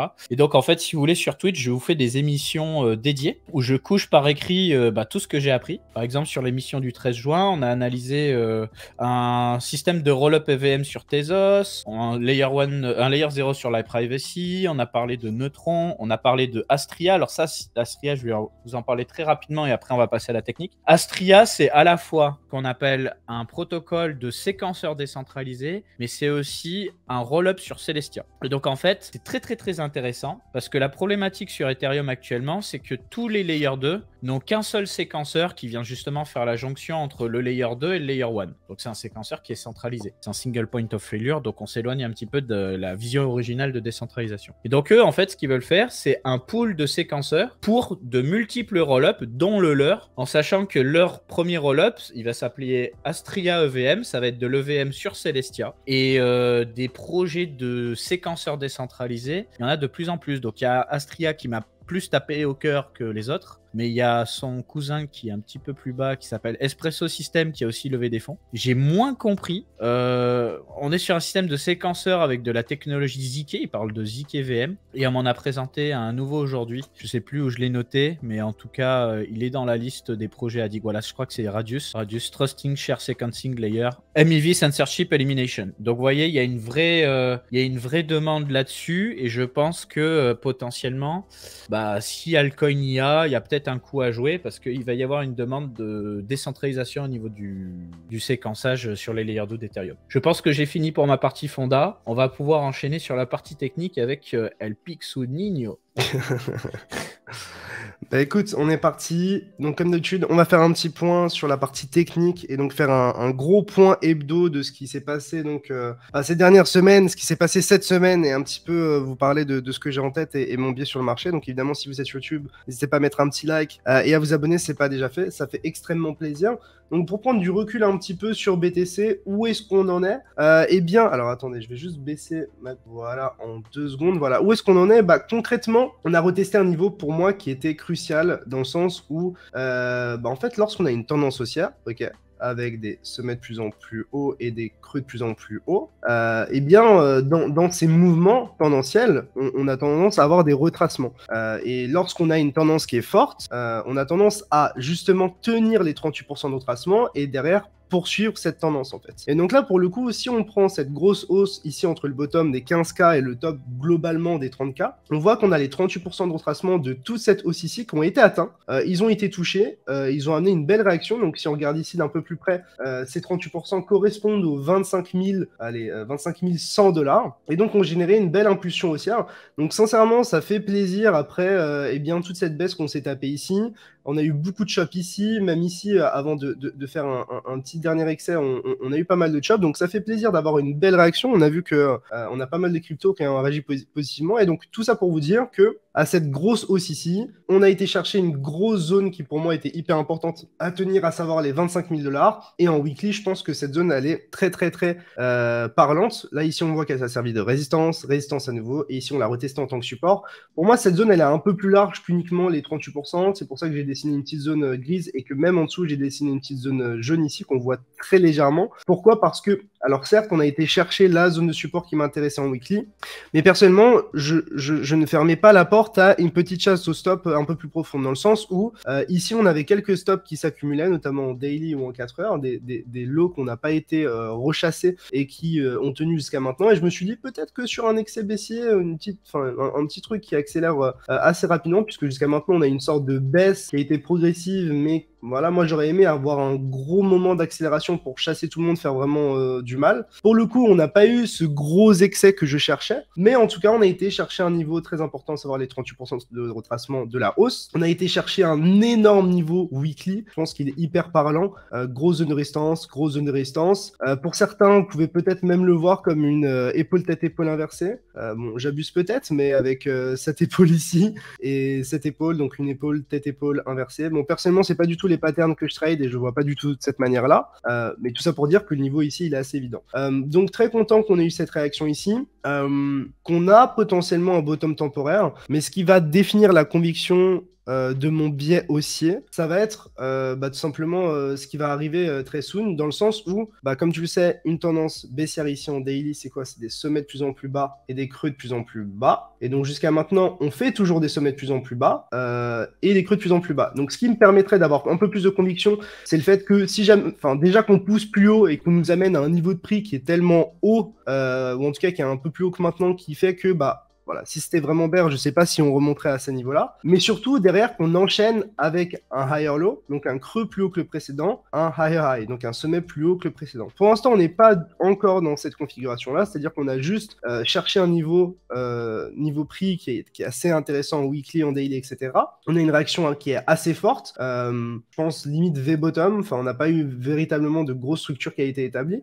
Et moi, ce qui me plaît pas mal, en fait, avec tout ça, notamment sur BTC, c'est que on a été raclé pas mal de stops. Et surtout, moi, ce que j'aime bien, c'est que lorsqu'on crée un bottom, en fait, lorsqu'on fait notre mèche ici sur cette journée ici, qu'on aille chasser sous cette mèche ici pour derrière remonter et là nous dire, OK, on a notre bottom ou notre top, c'est quelque chose qui me plaît plutôt bien. J'aime spécifiquement qu'on aille chasser justement le low daily, ou en tout cas le low daily, en fait, pour derrière générer une réaction à la hausse ou à la baisse pour définir un top ou un bottom. Donc ça, c'est... Et donc maintenant, voilà, comme je l'expliquais, pour moi, on a une belle réaction. Il faut qu'on soit en capacité de tenir un higher low et de faire un higher high. Personnellement, je pense que la limite de ma patience en tant que bull, ce serait qu'on aille chercher cette zone. Mais si jamais on commence à repasser sous les 25 680, sous les 25 400, je pense qu'il y a de bonnes possibilités d'aller chercher sous ce lot et potentiellement d'accélérer pour derrière générer une grosse réaction et aller chercher ces stops-là. Donc dans tous les cas, on avait une grosse zone à tenir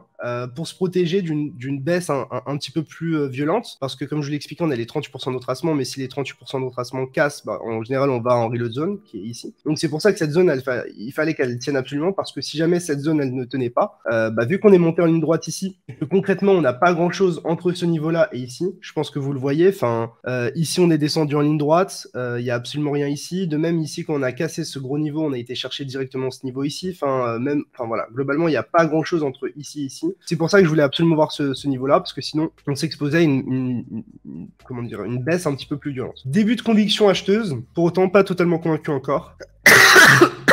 Et donc voilà, je dirais que je pense que les probabilités qu'on a été chercher un low, un bottom temporaire sont assez élevées, et que maintenant il va falloir voir niveau le time frame comment ça se dirige. Je suis en train de mourir. C'est fantastique. Alors sinon, on peut regarder aussi d'un point de vue weekly. D'un point de vue weekly, on est en train de faire une belle clôture. Il va falloir voir ce que ça donne, mais la mèche est vraiment sympa ici. Donc le fait qu'on marque aussi un beau rejet, c'est... Personnellement, j'aimerais bien qu'on clôture la semaine aussi haut, mais attends, mais je vais mourir en fait. Attends, si tu veux prendre le relais, parce que là, je vais mourir. Ouais, bien sûr, il n'y a pas de souci. Ouais, c'est ça ce qui se passe quand les bear markets sont trop longs, c'est que ça nous use. On a besoin de force, on a besoin de bonnes nouvelles. Donc ça, c'est pour BTC. Moi, ce que j'aime bien aussi sur BTC, c'est le fait qu'on ait pas mal de stops à aller chasser vers le haut. Notamment ici, tous ces highs qui n'ont jamais été recherchés. Et je pense qu'il y a moyen qu'on pousse encore un peu plus sur BTC au niveau des 27 400. Mais c'est... T'inquiète, frérot. S'il faut, parle moins vite, hein, ou trace une petite pause, il n'y a pas de souci. Non, mais ça me racle dans la gorge, c'est vraiment un enfer. Enfin bref, ce que j'expliquais, c'est que pour moi, on a notamment ces highs à aller chercher, et qu'il va falloir voir la réaction qu'on a justement sur ces highs ici. Dans le sens où, ici, pour moi, on a pas mal de stops à aller chasser. J'en parlerai juste après. Sur Ether, on a aussi pas mal de high à aller chercher, donc c'est notamment des zones où on a de la liquidité. Ici, globalement, c'était le haut du précédent range daily dans lequel on était ici. Si jamais on pousse ici et qu'on a un début de rejet, là, il faudrait faire attention parce qu'on pourrait être toujours dans ce scénario. On fait toujours des sommets de plus en plus bas et des creux de plus en plus bas. Donc moi, ce qui me permettrait vraiment d'avoir de la conviction, dans le cas où on pousse par exemple jusqu'à ce niveau-là, c'est que si jamais on a un rejet, on soit en capacité de tenir les supports, de faire un higher low et derrière un higher high. Donc ça, c'est le principal. Mais pour le coup, je pense que tous les feux sont ouverts actuellement. Je pense que tous les feux sont ouverts. On a eu des mèches, on a eu des retracements qui ont été directement rachetés. Même là, ici, la manière dont on pousse, en fait, ça ressemble pas vraiment à un top. Alors peut-être qu'on se situe dans une zone où on va faire de la distribution, etc. Mais ce qu'il faut savoir, c'est que je crois que ces highs ont été cherchés sur les futures. Et pour ceux qui aiment bien tout ce qui est pattern, etc. Bon, ici, vous avez une sorte de canal ou de falling wedge. À vous de voir comment vous le voyez. Mais en tout cas, on a pas mal de points de contact. Donc voilà. Moi, personnellement, c'est pas une zone sur laquelle j'ai envie vraiment de me full exposer au marché, dans le sens où on arrive sur des grosses zones en termes de trendline, on arrive sur des zones assez intéressantes à défendre côté vendeur, et même dans le cas où on poussait un petit peu plus haut, ici on a les 38% de retracement de toute cette baisse ici. Donc en fait, personnellement, si je devais résumer la situation, c'est que pour moi, on a de quoi être optimiste, mais il va vraiment falloir voir ce qui se passe dans cette zone ici. Si justement dans cette zone ici, on va être capable de faire un nouveau lower high et donc de poursuivre la baisse ou en tout cas de retracer. Ou si le fait qu'on aille dans cette zone ici, qui est une zone assez optimale côté vendeur, et qui est une zone dans laquelle on va pouvoir chasser des stops, tiens, il nous permet d'aller plus haut. Donc, ouais, moi personnellement, je cherche notamment à ce qu'on aille faire un petit retracement ici. Je pense 27 000, enfin 25 700, 26 100. Tout ça, si on a un retracement ici, je pense que c'est assez sympa.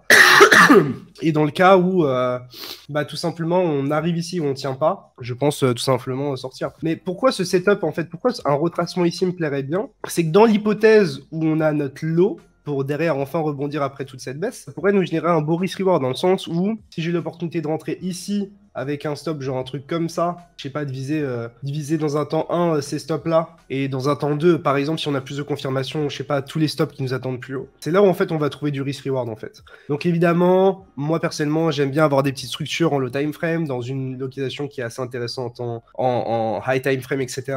Mais typiquement, moi, c'est ce que j'aimerais jouer de mon côté actuellement. Ça se trouve, on va pousser en ligne droite, à ce moment-là, il va falloir être un peu plus patient pour un retracement, et ça se trouve, on n'aura même pas de retracement. Mais moi, personnellement, je suis plus dans une philosophie d'acheteur actuellement qu'une philosophie de vendeur. Je pense que la grosse zone à tenir, elle est là. Est-ce que c'est possible qu'on aille la rechercher? Oui. Mais en tout cas, moi, dès qu'on s'approche de cette zone ici, moi, je suis plutôt dans l'idée d'aller chercher des setups acheteurs que de chercher des setups vendeurs. Surtout que là, en fait, pour moi, on a une sorte de momentum qui est vendeur, mais j'ai l'impression que pour l'instant, il s'affaiblit un petit peu. Et je pense que d'un point de vue divergence, on commence à voir des choses. Je crois qu'en 2 jours, on voit des choses. Voilà, tu vois, en 2 jours. Bon, les divergences sont pas confirmées. Il faudrait qu'on repasse au-dessus du niveau du 0 ici. Mais tu vois que ici, on fait des lower lows, ici on fait des higher lows et on est sur le point de reclôturer au-dessus du niveau du 0.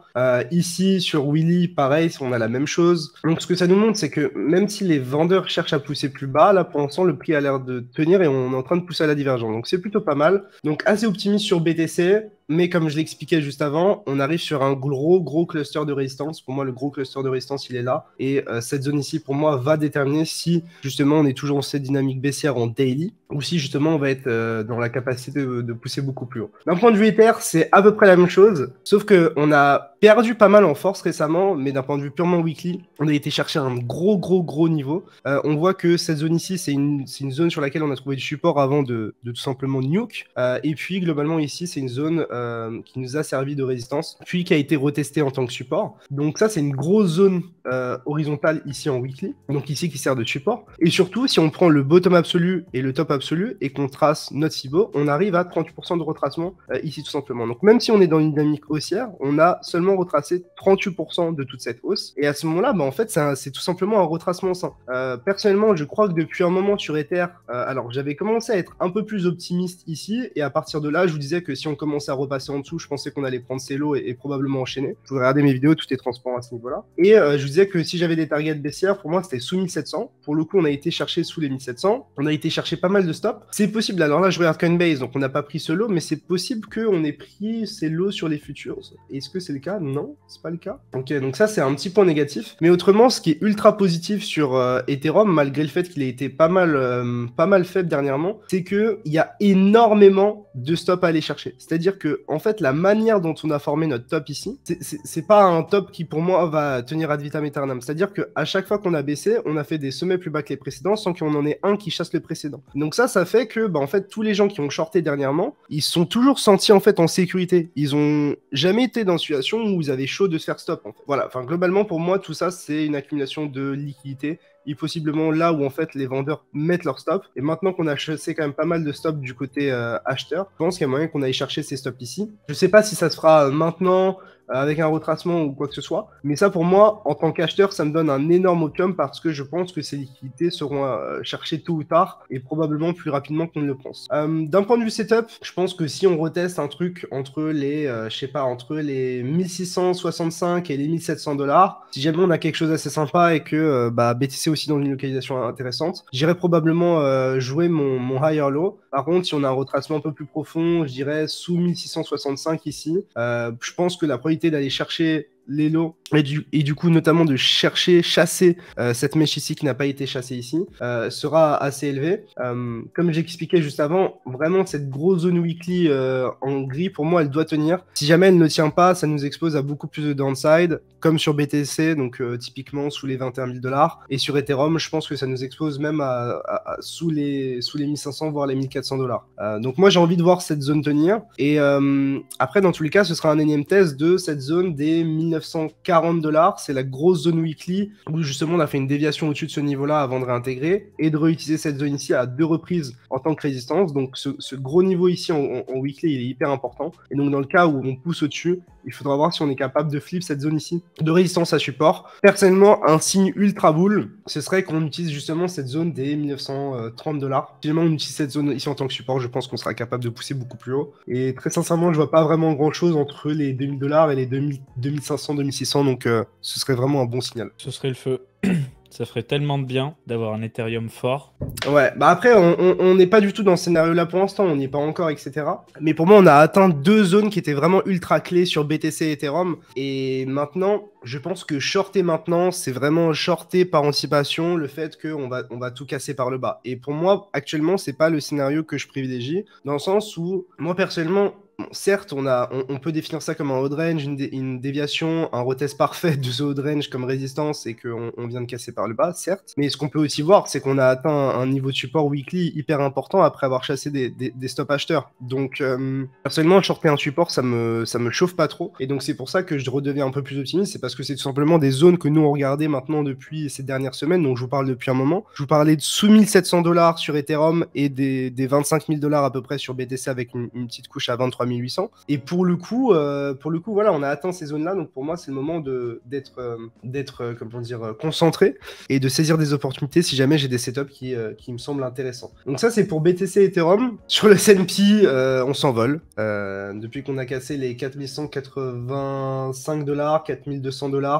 on est tout simplement en train de partir à la verticale. Après, on est en reload zone vendeuse, c'est-à-dire que c'est la zone idéale ici, probablement pour défendre justement l'ATH, en tout cas le dernier sommet historique. Moi, comme je vous en avais parlé, je suis ultra optimiste tant qu'on reste au-dessus des 4180, 4200 points. Je vois pas vraiment de raison de paniquer. Certes, on est dans une grosse zone vendeuse, mais on peut très bien retracer ici, tenir cette zone et derrière décoller. Moi, ma conviction, en tout cas personnellement, c'est que ici on avait pas mal de chasse au stop et à partir du moment où on avait une clôture au-dessus de ce niveau ici, pour moi la probabilité qu'on reparte en bull market sur le S&P était assez élevée. C'est quelque chose que je dis depuis un moment. Peut-être que j'ai tort et qu'on va juste nuke et nous faire ultra mal, hein, parce que quoi qu'on en dise, on a pas mal de liquidités ici, pas mal de lots à chasser et donc des liquidités qui attendent. Force est de constater que bah on a un gros range monthly, donc un range mensuel avec une petite déviation en dessous et des petites déviations au-dessus, qu'on est en train de casser par le haut tout simplement.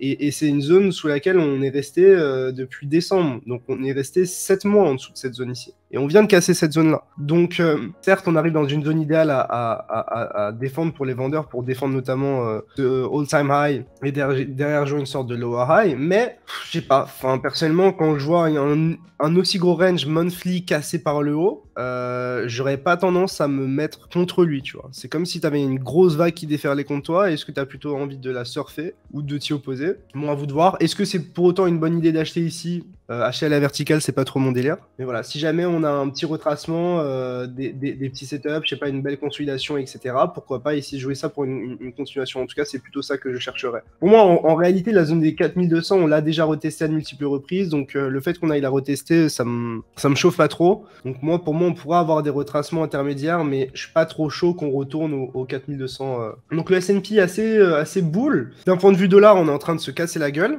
Et ce qui est assez étonnant, c'est que le dollar, en général, quand il se casse la gueule, en fait, on a les cryptos qui performent bien, tu vois. Là, le moment où, en fait, on a trouvé le bottom sur BTC, c'est globalement le moment où on a trouvé le top sur le dollar, et à partir du moment où le dollar a commencé à baisser, on a eu derrière les cryptos qui ont poussé. Le moment où on a trouvé notre top sur le dollar, et donc il a commencé à baisser, on a eu pareil, le BTC et les cryptos qui ont repris de la valeur. Donc là, pour le coup, pareil, on a un gros retracement, on a le dollar qui commence à perdre de la force, on serait peut-être dans cette dynamique des cryptos qui reprennent de la force parce que le dollar est en train de se casser la gueule. À voir, en tout cas, historiquement, ça a plutôt bien marché, quoi. Donc affaire à suivre. Et je voulais peut-être parler de 2-3 coins qui vous tiennent à cœur, les potes. Je suis désolé, je suis un peu malade, je suis pas dans mon état habituel, mais vous avez l'idée. On a toujours le XRP qui est sous sa grosse résistance hebdomadaire. Pour le coup, ce qu'on a vu, c'est pas très joli, dans le sens où on a eu les révélations des documents, notamment de l'ancien directeur de la SEC.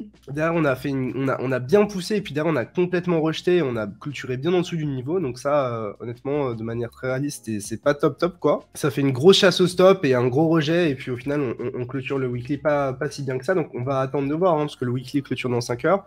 Mais voilà, en termes de clôture, on aurait pu s'attendre à mieux. Donc moi, je pense que... Moi, en tout cas, personnellement, sur Ripple, j'ai pas envie de voir ce lot pris si je suis en bull. Je pense que si on pète ce lot, ce sera probablement pour aller chercher toutes les liquidités, aller chercher bien plus bas, et on sera un peu dans un sell the news, et on nous dirait que le procès va durer un peu plus longtemps. Par contre, si ce lot ne pète pas, il y a toujours un monde où on va retester cette résistance, et dans un scénario un peu triangle ascendant. Bon, vous aurez compris, c'est pas forcément un triangle ascendant, mais le fait qu'on fasse toujours des creux de plus en plus haut et qu'on tape toujours sur le même niveau horizontal ici qui est une résistance. Donc à voir ce qui se passe. Personnellement, je suis pas le plus optimiste sur le XRP, mais par rapport aux autres cryptos, il a l'air de tenir quand même. Autre crypto aussi assez intéressante, c'est le Litecoin. Je vous en parlais sur Twitter cette semaine. Je vous disais globalement qu'on était ici vers les 73-74 $. Que pour moi, ce lot devait absolument tenir. Pourquoi? Parce qu'on a la halving qui est dans 1 mois et demi, quelque chose comme ça. Et ouais, c'est ça. Et que on est toujours dans cette dynamique de creux de plus en plus haut. Et donc je me dis que si jamais il doit y avoir un run avant le halving et qu'on doit garder cette dynamique haussière, pour moi ce lot ne doit pas péter. Je pense que si on pète ce lot des 71 $, pour faire très simple, c'est que ce sera finito sur Litecoin, et que tout le monde sera en train de vendre ses Litecoins parce que tout le monde aura spéculé sur la halving,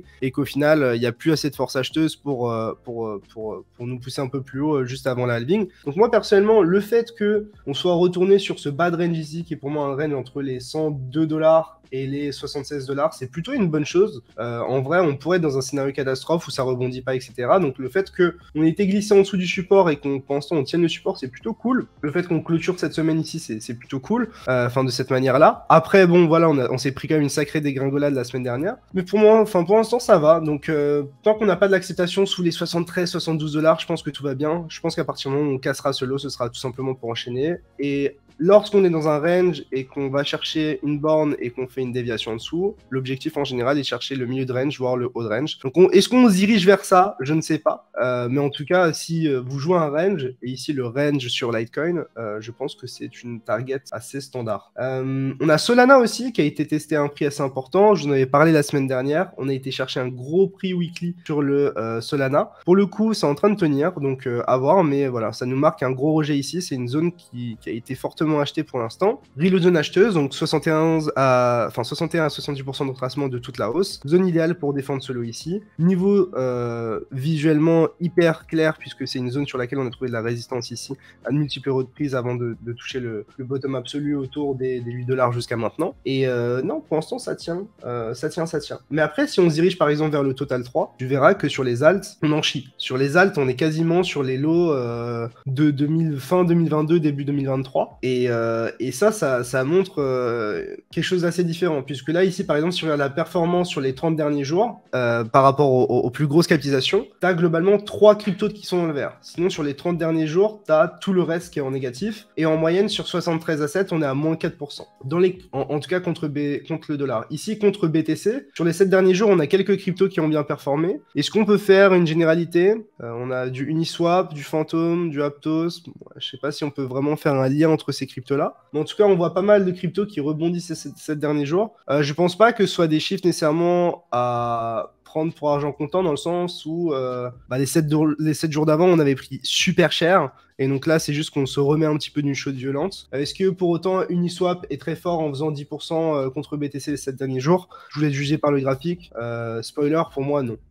Dans le sens où, oui, on atteint des niveaux historiquement qui sont hyper importants. On a ce niveau ici weekly qui nous a servi de support, qui nous a permis de trouver un premier bottom et de rebondir. Là, on reteste à nouveau ce prix-là après avoir chassé pas mal de stop acheteurs qui se plaçaient ici. Bon, certes, on est en train de rebondir, mais on est plus proche d'un all-time low que d'un all-time high actuellement. Donc, il faut mettre les choses en perspective, et c'est ce qu'on voit ici. On voit ici que tout simplement, même les cryptos qui reprennent bien de la force, elles sont toujours à moins 90% de leur ATH, moins 89, moins 99, etc. etc. Sinon, il est bien le ICP là. Le ICP, il a moins 99%, frérot. Il a plus de divisé par 100, en gros. Pas mal, quand même. Ouais, bah voilà. Hein. C'est... Il est beau, il est en forme, là. C'est du jamais vu. Hein. Ah bah si, on connaît Média, donc... C'est vrai qu'on connaît Média, c'est une belle rêve, ça. Donc voilà, non, mais vous l'aurez compris, je suis un peu plus optimiste que les précédentes semaines, dans le sens où, pour moi, il y a vraiment un monde où on a trouvé un bottom temporaire. Juste, j'aurais aimé personnellement qu'on prenne ces lots ici pour avoir vraiment full conviction et que je sois pas là à hésiter de est-ce que c'est le bottom ou pas, ou en tout cas, voilà, que je me dise que si jamais on a pris ces lots et qu'on retourne en dessous, c'est vraiment pour tout défoncer. Là, pour moi, il y a toujours ce monde où, genre, on n'arrive pas à faire un higher low et genre on galère et on finit par genre un dernier excès avant de trouver ce bottom là et d'accélérer si on est toujours dans cette dynamique haussière ici. Mais voilà, je dirais première étape, casser cette grosse zone de résistance ici pour vraiment nous montrer, ok, BTC a imprimé un bon lot, on peut se baser dessus pour derrière initier un mouvement et derrière l'objectif évidemment ça va être de faire un higher low, de tenir donc un low plus haut que le précédent et derrière de faire un higher high et donc de reprendre sa dynamique haussière en daily ou en weekly. Là pour le coup il y a évidemment un premier élément qui nous dit là ici on a un support et on l'a tout simplement reclaim, en plus d'avoir un low qui a été formé de manière assez cool en chassant des stops à gauche, donc sur les précédents mois, et d'avoir chassé le low ici daily pour derrière imprimer et pousser plus haut. Mis à part ça, voilà, on retourne sur des grosses zones de résistance qu'il va falloir vraiment déborder si on veut avoir de la conviction. Et donc voilà, mon biais est plutôt bull. Je vais chercher à acheter des retracements, trade solo si jamais on a l'occasion de le faire. Évidemment, je le partagerai sur mon Discord si je le fais. Ça se trouve, on arrivera ici et j'aurai aucun élément pour me positionner, hein, je préviens. Mais en tout cas, c'est ce que moi je surveille. Et je me concentre principalement sur BTC et Ethereum. Et si jamais je vois de la faiblesse sur BTC, je pense à ce moment-là shorter des trucs qui galèrent, genre Link, Polkadot, etc. Donc voilà un petit peu pour ma vision du marché sur ces dernières semaines, cette semaine et les prochaines. On est pas mal, hein. On est sur un bon petit format compressé. Est-ce que vous avez des questions le chat? Est-ce que ça vous plaît? Parce que franchement, c'est vrai qu'on a bien enchaîné. Est-ce que vous avez des petites questions, des choses que vous avez dans le viseur, notamment des roll-up, des protocoles en particulier, des trucs dans le gaming? Qu'est-ce qui vous plaît en ce moment? Si il y a un petit projet qui vous chauffe, on peut regarder ça rapidement. Ça fait plaisir vos messages, ça fait plaisir. Bon, j'étais à moitié en train de mourir pendant cette analyse, mais tout va bien. C'est vrai, il a pris des risques pour vous. Layer 0, je kiffe. C'est vrai que Layer 0, ils sont vraiment absolument partout. Hein. C'est un protocole d'interop. C'est quoi le nom du jeton? Ils n'ont pas de jeton encore. Okay. Pas encore, mais ils ont levé lourd. Donc ça va être capitalisé de zinzin. D'ailleurs, tu peux regarder... ouais, WXL, je crois. C'est dégueulasse. Ça. Si, c'est ça, 100%. 100%, c'est ça. Ah ouais? Wrapped Accelerar. Ouais, non, mais c'est Accelerar, ouais, c'est la même chose en vrai. Ouais. C'est juste dégueu, hein, en fait. C'est juste ça dégueule. Je sais pas pourquoi ça dégueule spécifiquement comme ça. Je sais pas, c'est parce qu'il y a des VC qui ont des billes dispo et qui peuvent rentrer et tout. Je sais pas. Bon, je suis allé sur Binance US, je suis pas sûr que ça marche bien. Mais ouais, pour l'instant, Accelerar, peu d'historique, dump only.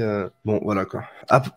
Il y a des insiders à 3 genre. centimes. Non, moins de 3 centimes. 0,003. Ah bah super. Je C'est sais pas, je suis ICP, pas quoi. assez bien renseigné, j'ai pas envie de dire de la merde. Hein. Ouais. Mais le fait qu'ils dump, ils sont en mode dump on me, je pense qu'il y a plusieurs choses. Mais attends. Il y a le risque de security, il y a le fait que le marché aille pas bien, et il y a possiblement le fait qu'il y a pas mal d'investisseurs qui essayent de récupérer, récupérer leurs billes par rapport à un moment où ils ont investi sur ce projet-là. Tu vois. Par exemple, si tu as investi dans Axelar et il y a 1 ou 2 ans que le marché allait très bien et que tu vois ton bag en x100 ou en x50, tu te dis on va peut-être TP, je sais pas. Ce que je mets dans le chat, je le mets aussi dans notre chat privé sur StreamYard.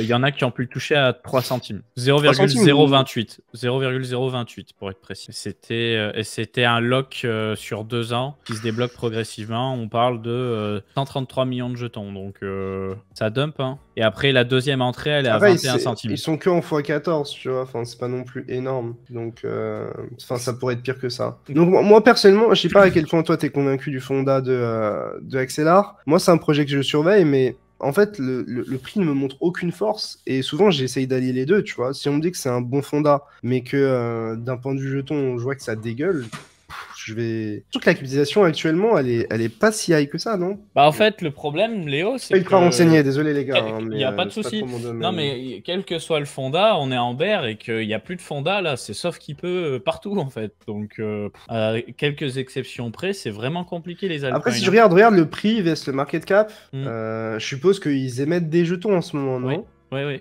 Du coup, genre, si tu regardes d'un point de vue pur market cap, genre, en fait, on se maintient. C'est juste que d'un point de vue prix, en fait, vu qu'il y a... Enfin, la déduction que je vois à partir des données de coin market cap, c'est qu'il y a de l'émission de jetons. Donc, évidemment, le prix baisse, mais la capitalisation reste plus ou moins la même.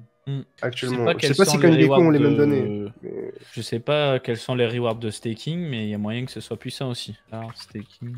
J'ai tapé Axelar Staking, on est 2e sur Google Coin Academy avec l'analyse fondamentale. Propre. Staking, il y a 12%, je vois. Ah, c'est ça les gars, en fait, il y a juste de l'émission de jetons, ou en tout cas des jetons qui sont unlock, et la market cap en fait reste la même, c'est juste que vu qu'il y a plus de jetons en circulation, bah, le prix baisse, hein. Et lorsqu'il n'y a pas de demande, plus de jetons en circulation, bah, et qu'il n'y a rien qui justifie une augmentation de market cap, bah, vous avez votre réponse, quoi. De toute façon, les alts, c'est terrifiant. Je sais pas si je parlais de DOT, d'ailleurs, j'avais pris un super bon trade, hein.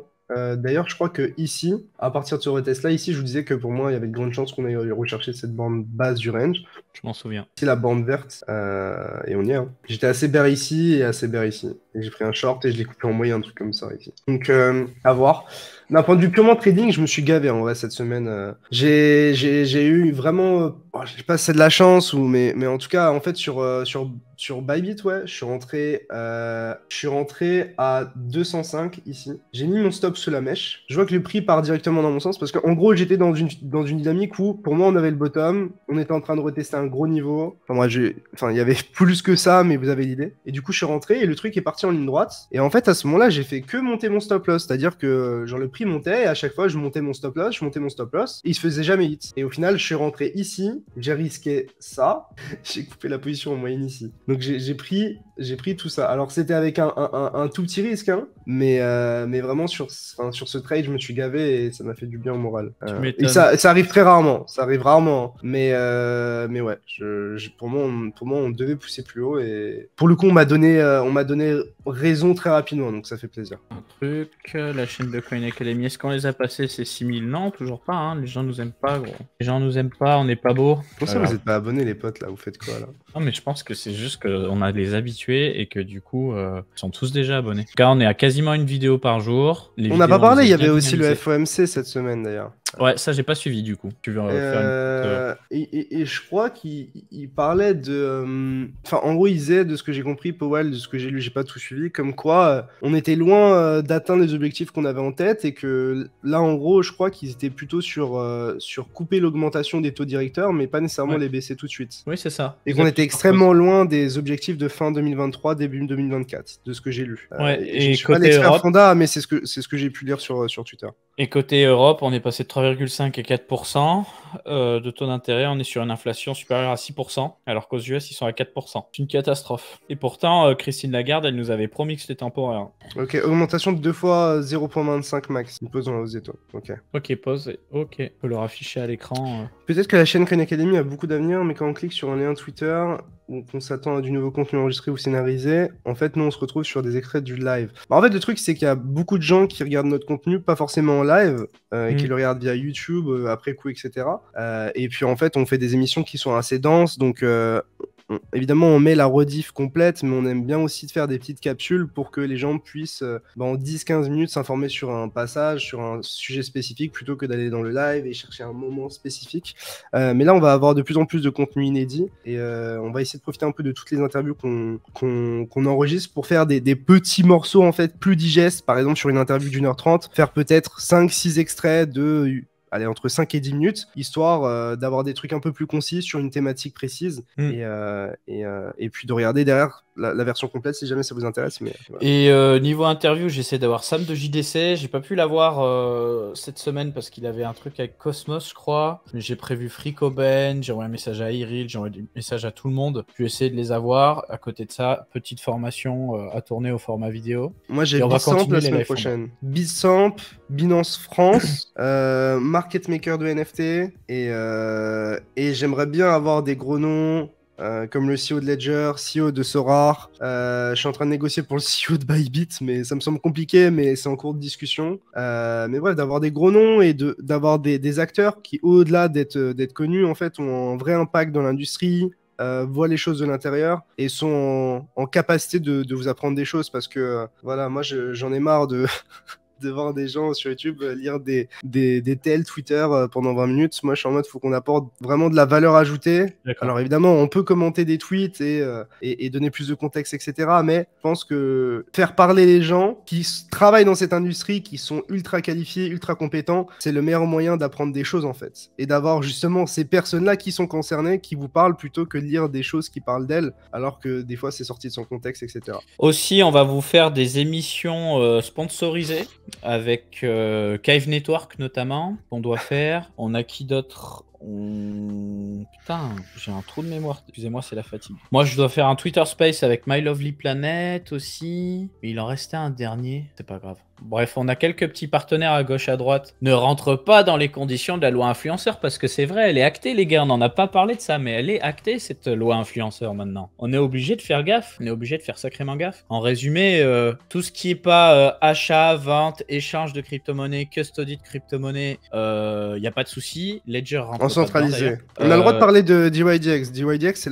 la DeFi, ça ne rentre pas dans le texte en fait. C'est pour ça que je pense que vous allez voir de plus en plus de gens parler d'exchange décentralisé, comme j'en parlais juste avant, parce que ça ne rentre pas dans le scope de la loi en fait actuellement. Donc vous étonnez pas si vous voyez un Bybit pousser à fond potentiellement un DEX qui leur appartient de près ou de loin, ou la même chose pour d'autres exchanges. Ça va être la méta, je pense. Ça nous change quoi par rapport à avant? Clairement, là, dans l'immédiat, déjà, il y a des exchanges avec qui on peut pas nécessairement bosser. On doit attendre que la situation qui soit au moins enregistrée PSAN. Donc il y a ça. Ensuite, sur des projets, quand on va faire une analyse du projet, tu vois, on pouvait présenter le projet, parler du jeton et puis expliquer comment acheter le jeton. Bah là, si on explique comment acheter le jeton, on peut clairement nous reprocher de pousser à l'achat. Et si le projet du jeton s'est pas rapproché du régulateur, on peut nous tomber dessus là-dessus. Mais s'ils vendent des NFT, ça va.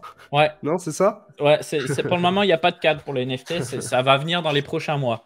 C'est pareil pour la DeFi. Parfaitement décentralisé. Pour le moment, il n'y a pas, mais il y aura un cadre exprès après. Donc, bah, du coup, ça fait que le plus chiant, c'est pour les exchanges. Parce qu'en réalité, les exchanges, généralement, ils ont les reins solides. Donc, c'était une source de financement intéressante. Bon, bah, pour le moment, voilà, c'est compliqué. Et Binance, ils sont pas du genre à débloquer des budgets pour des médias. Donc, voilà, il reste quoi? Il va rester... Enfin, ça arrive, mais c'est un peu plus rare. C'est nettement plus rare. C'est nettement plus rare. Donc, dans les listes PSAN, tu vois, il y a Bitpanda, il y a des plus petits exchanges comme Platform et compagnie, CoinHouse, Premium aussi.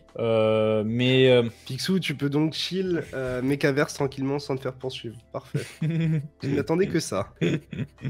Elle est belle celle-là. Non, tu vois, nous, on essaie de bosser avec des exchanges où il y a beaucoup de choix de jetons, où ça tape pas trop fort au niveau des frais, avec une vision qui nous plaît. Jusqu'à présent, on est fiers de tous les exchanges avec qui on a bossé, hein. Mais là, bah, ça se complique pour le moment. Et comme le régulateur, il est totalement sous l'eau, on est un peu bridé à ce niveau-là. Alors ça va, on s'arrange autrement, mais c'est juste qu'il y a du business en moins, quoi. Unirex, c'est safe pour les sponsors? Oui, c'est safe pour les sponsors, frérot. S'il n'y a pas de jetons, c'est ça. Realty pour l'immobilier. Voilà, bah par exemple, Realty, tu vois. Realty, on peut parler du projet, et c'est de la tokenisation d'IMO, normalement, c'est bon, ouais. Mais tu vois, c'est limite, tu vois. On a fait des articles sur Realty, mais si je devais revenir dessus, là, maintenant que la loi, elle est actée, bah, je serais obligé de demander à nos Contacter un partenaires avocat. commerciaux, voire Ouais. appeler l'AMF. Ça, c'est bien par contre. Vous pouvez appeler l'autorité des marchés financiers. Il y a un numéro public. Quand c'est sur du cas crypto, ils vont nous dire c'est pas ce numéro, c'est un autre numéro. Ils vont vous donner tout de suite le numéro. Ils sont pas ouverts le lundi, mais tu peux les appeler en semaine, tu peux les questionner. Les gens sont super sympas, hein. Franchement, là-dessus, je vais pas dire ils sont super sympas pour poser des questions. Bon bah écoute, je pense qu'on rentre dans le format, hein. On rentre dans le format. Merci beaucoup à tous. N'hésitez pas à nous suivre sur Twitch, sur YouTube si c'est pas encore fait. On se retrouve cette semaine pour de la T côté Picsou, pour du fondamental côté Capet. J'ai encore plein de projets à dig, donc on va continuer de le faire ensemble. Et comme d'hab, hein, n'oubliez pas, les formats maintenant, c'est à partir de 19h, les masterclass, c'est plus 21h. Juste, je réponds à quelqu'un dans le chat qui m'a envoyé des extraits TikTok qu'il voulait faire par rapport à etc. Je vais te répondre par message, juste plein de notifs, donc j'y pense, t'inquiète. Passez une bonne soirée les potes. Bonne soirée, Tchuss. ciao.